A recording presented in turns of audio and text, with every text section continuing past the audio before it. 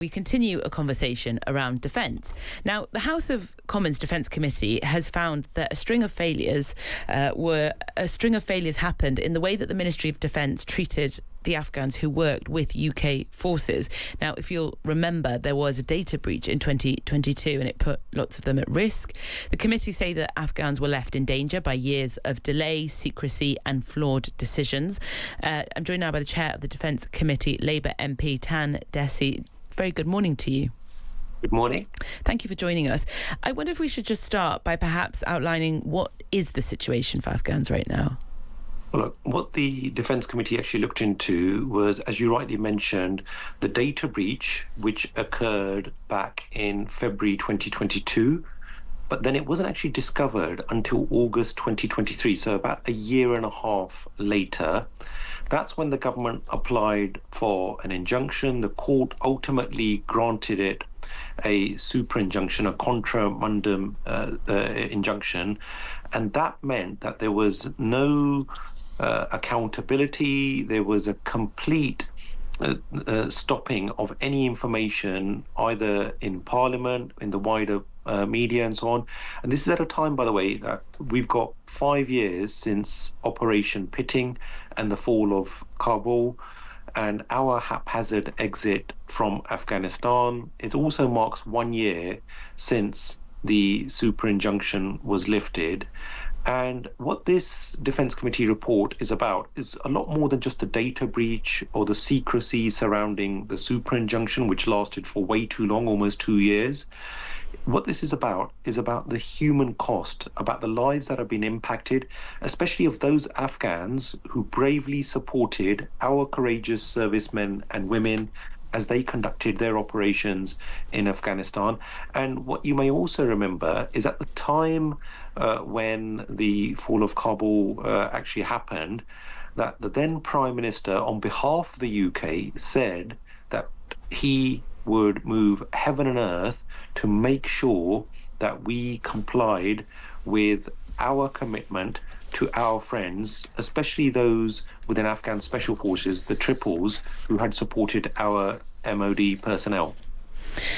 I just want to touch on what you said there about that data breach not being found out for a year. And it is fairly remarkable that a data breach that then endangers so many people is just not noticed for an entire year. I mean, that's a pretty remarkable failing of government. Not precisely. For about a year and a half, that went undetected, and that in itself calls various things into question. But for us, it's also about accountability. How are people actually held accountable for what has happened? And also what actually happened there was that this information was actually hampering public scrutiny, especially parliamentary scrutiny or media scrutiny. As I said, the breach went on for, the super injunction thereafter went on for way too long. We've also got issues around the parliamentary exclusion from this whole thing, as well as the fact that what we want is to ensure that the government now has a clear policy of how it's going to help those Afghans who it's, by the way, has said now need to self-move to a third country. Some of them may not be able to do so. So it needs to set out a clear policy of how it's going to help those individuals. In particular, I want to concentrate on the Triples. So they were members of Afghan Special Forces, specialist units helping our brave service men and women. And previously, many of them, their applications were rejected. Then there was a Triples review, which found that more than 880 of those individuals were actually given the wrong decision, so their decisions were overturned. And we now need to make sure, in particular those individuals, that they are helped by the system and by the government. Tan, we can't have a conversation about Afghanistan without pointing out the decimation of women's rights in Afghanistan and the rollback of pretty much every single freedom, from education to being seen in public to raising a voice in public for women. Their lives have been absolutely catastrophically, irrevocably changed by the Taliban since the UK and Western allies left Afghanistan. And you spoke about accountability there, and I wonder, what accountability does the UK government, even this new government with a new Prime Minister, what accountability do they have to help those Afghans who, like you said, are still there, but specifically the Afghan women who were instrumental in helping the UK forces, whether that was interpreters, intelligence assets, tactical, whatever it might have been? What accountability does this government have to help those women get out of a country that they have zero life in? Well, you're 100% right about the treatment of women, and in particular how the Taliban have taken Afghanistan back into the dark ages. It's really, really saddening to see that when at a time when women were judges, they were elected politicians, making a huge impact in their society, taking Afghanistan forward. Unfortunately, now they have been cast aside, and it's just not good enough. And that's where there needs to be international pressure. As I mentioned earlier, we were involved in a haphazard exit.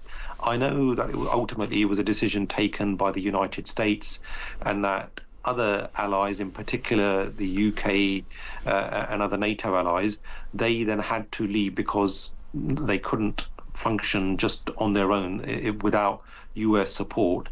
But now we need to make sure that those individuals are helped. But in terms of accountability also, we need to ensure that when the government made that commitment to those who had bravely helped us, whether they were women or men, those interpreters, those members of special forces, that they need to have that clarity from government as to how they will be assisted.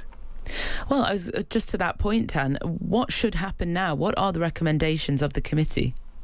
Well, the committee, first of all, has said that the Ministry of Defence should stick to defence rather than managing complex immigration processes. That should have been left within the Home Office. I know that many within defence felt that they had a duty, a solemn responsibility towards those who had helped Ministry of Defence personnel, but ultimately we should leave certain specialisms to those who are catered to actually dealing with those procedures on a day in, day out basis.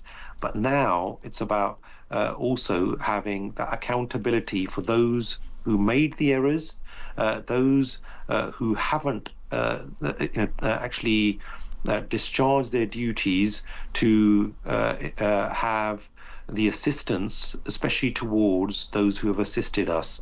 So that's what we're looking for. We're looking for a clear policy from government as to how they're going to assist those who cannot self-move, and many of them may be destitute. They have also suffered years of delays, and that they were also hampered by decision making which counted against them. So there's a lot for the government to actually highlight, but we need to make sure that they help those who helped us. Yeah, absolutely. Tan Dhesi, thank you so much for your time this morning. I appreciate it.